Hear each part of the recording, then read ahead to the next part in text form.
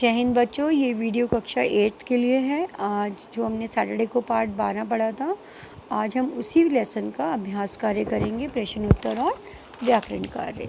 तो पहला क्वेश्चन है आपका मौखिक क्वेश्चन होता है, जिसमें आपको शुद्ध शब्दों का उच्चारण भी करना होता है और उन शब्दों के डिक्टेशन अपने घर पे किसी बड़े से आपको लेनी भी है और चेक भी करवानी है। नेक्स्ट क्वेश्चन, तानसेन कौन थे? संगीतज्ञ।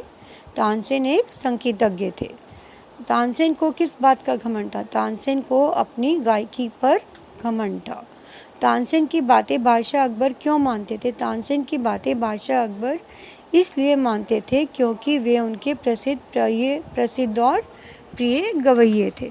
क्योंकि उनकी गायकी उन्हें बहुत पसंद थी, तो इसलिए वो उनकी हर बात मानते थे। नीचे अब MCQ है। साधुओं की मंडली को सुरताल की परवाह क्यों नहीं थी? क्योंकि वे हरि भजन में तल्लीन होकर संसार का परित्याग कर चुके थे। इस पर आप राइट लगाएंगे। वनवासी साधुओं को तानसेन ने क्या दंड दिया? मृत्युदंड। तानसेन ने बालक को क्यों छोड़ दिया? अबोध और निर्दोष समझकर।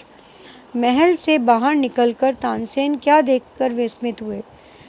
अपार भीड़ देखकर। उन्होंने देखा कि बहुत भीड़ है, ये देखकर वो विस्मित हो गए। अब हम करेंगे पेज नंबर 115। साधुओं की मंडली किस नगरी में पधारी थी? आगरा। मुगल बादशाह कौन था? अकबर। बालक का नाम क्या था? बैजू। और तानसेन ने साधुओं को क्या दंड दिया? मृत्युदंड। बैजू को गान विद्या में पारंगत किसने कराया? पंडित शंकरानंद ने। अब लघु प्रश्न उत्तर।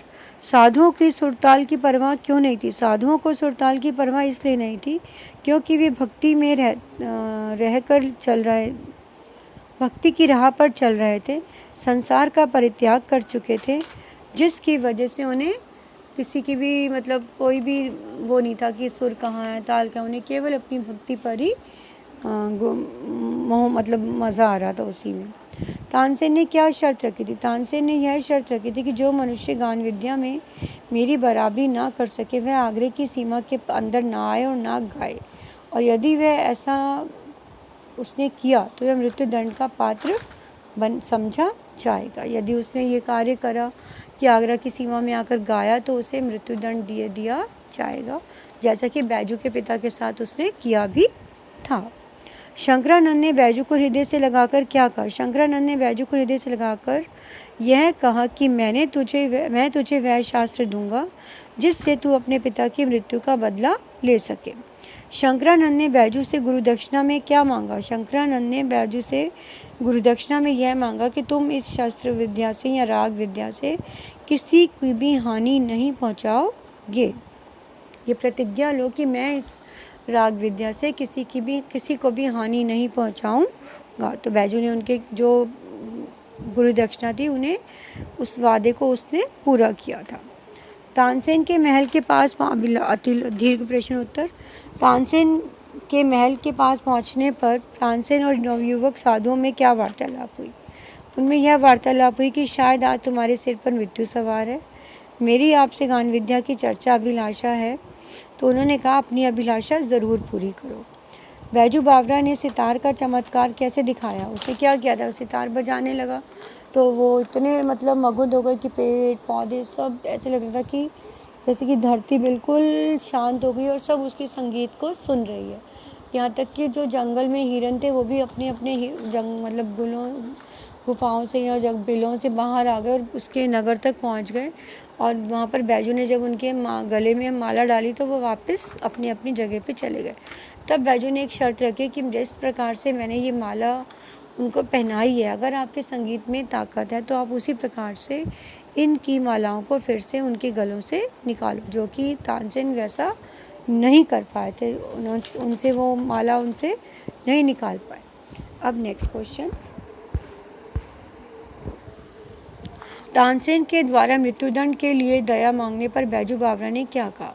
जहाँ पनाह, मुझे प्राण लेने की इच्छा नहीं है, मैं इस निष्ठुर नियम को हटा दीजिए कि जो आगरे की सीमा के अंदर गाएगा, यदि तानसेन से हार गया तो उसे मरवा दिया जाएगा। तब जहाँपनाह ने उसके बैजू बावरा के कहने से वो जो नियम था, उसी समय तुरंत ही उस नियम को वहाँ से हटा दिया गया। अब भाषा से पहला क्वेश्चन, विलोम शब्द। अंधकार, प्रकाश, सुगंध, दुर्गंध, हर्ष, शोक, स्वतंत्र, परतंत्र, सेवक, स्वामी। प्रश्न उत्तर, विपत्ति संपत्ति, उपकार अपकार, हिंसा अहिंसा, परिश्रमी आलसी। साधु धीरे धीरे चलता आ रहा था। जब एकाएक गाना बंद हो गया, तुम सही रास्ता अवश्य मिलेगा। बैजू ने कहा कि उन फूल मालाओं को अब यहाँ से मंगाइए, फिर से मंगाइए। सब व्यक्ति खुशी के कारण जोर जोर से गाने लगे। अनेक शब्दों के लिए एक शब्द, जिसे कुछ ज्ञान न हो अज्ञान, गाने वाला गायक, अपराधी अभियुक्त, माता पिता रहित अनाथ, जब तक जिंदा हूँ आजन्म, बहुत अधिक गहरा अथाह, हिंसा के बदले हिंसा प्रतिहिंसा, बदला लेने की भावना प्रतिकार, राह में चलने वाला राहगीर, जंगल की आग दावानल, जिसमें चेतना ना हो निश्चेत। पक्षीगण मधुर संगीत, तो बेटा ये तो पता ही है, मधुर और संगीत, अथाह संसार, 12 वर्ष, कई बस्तियाँ, ये सब ठीक है। अब नीचे हैं आपके मुहावरे। मुहावरे आप हो सके तो कॉपी में कर लीजिए, बिकॉज इसमें इतने अच्छे से नहीं आ रहे।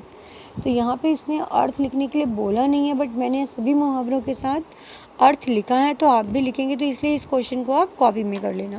जैसे कि पहला क्वेश्चन है, मुहावरा है मुँह ताकना। तो ये मदद मांगने के लिए भी होता है, कभी कभी हम बहुत डर जाते हैं उसके लिए, तो मैंने दोनों लिख दिए। मदद मांगना, अब गेहूँ के लिए हमें अमेरिका का मुँह ताकना नहीं पड़ेगा। खून का घूंट पीकर रह जाना अपमान से है ना। कभी कभी कुछ बातें ऐसी होती कि हम चाहकर भी, इसी प्रकार जैसे मैंने लिखा, विवेक ने राम की बेइज्जती की, पर वो खून का घूंट पीकर रह गया, पर कुछ बोला नहीं।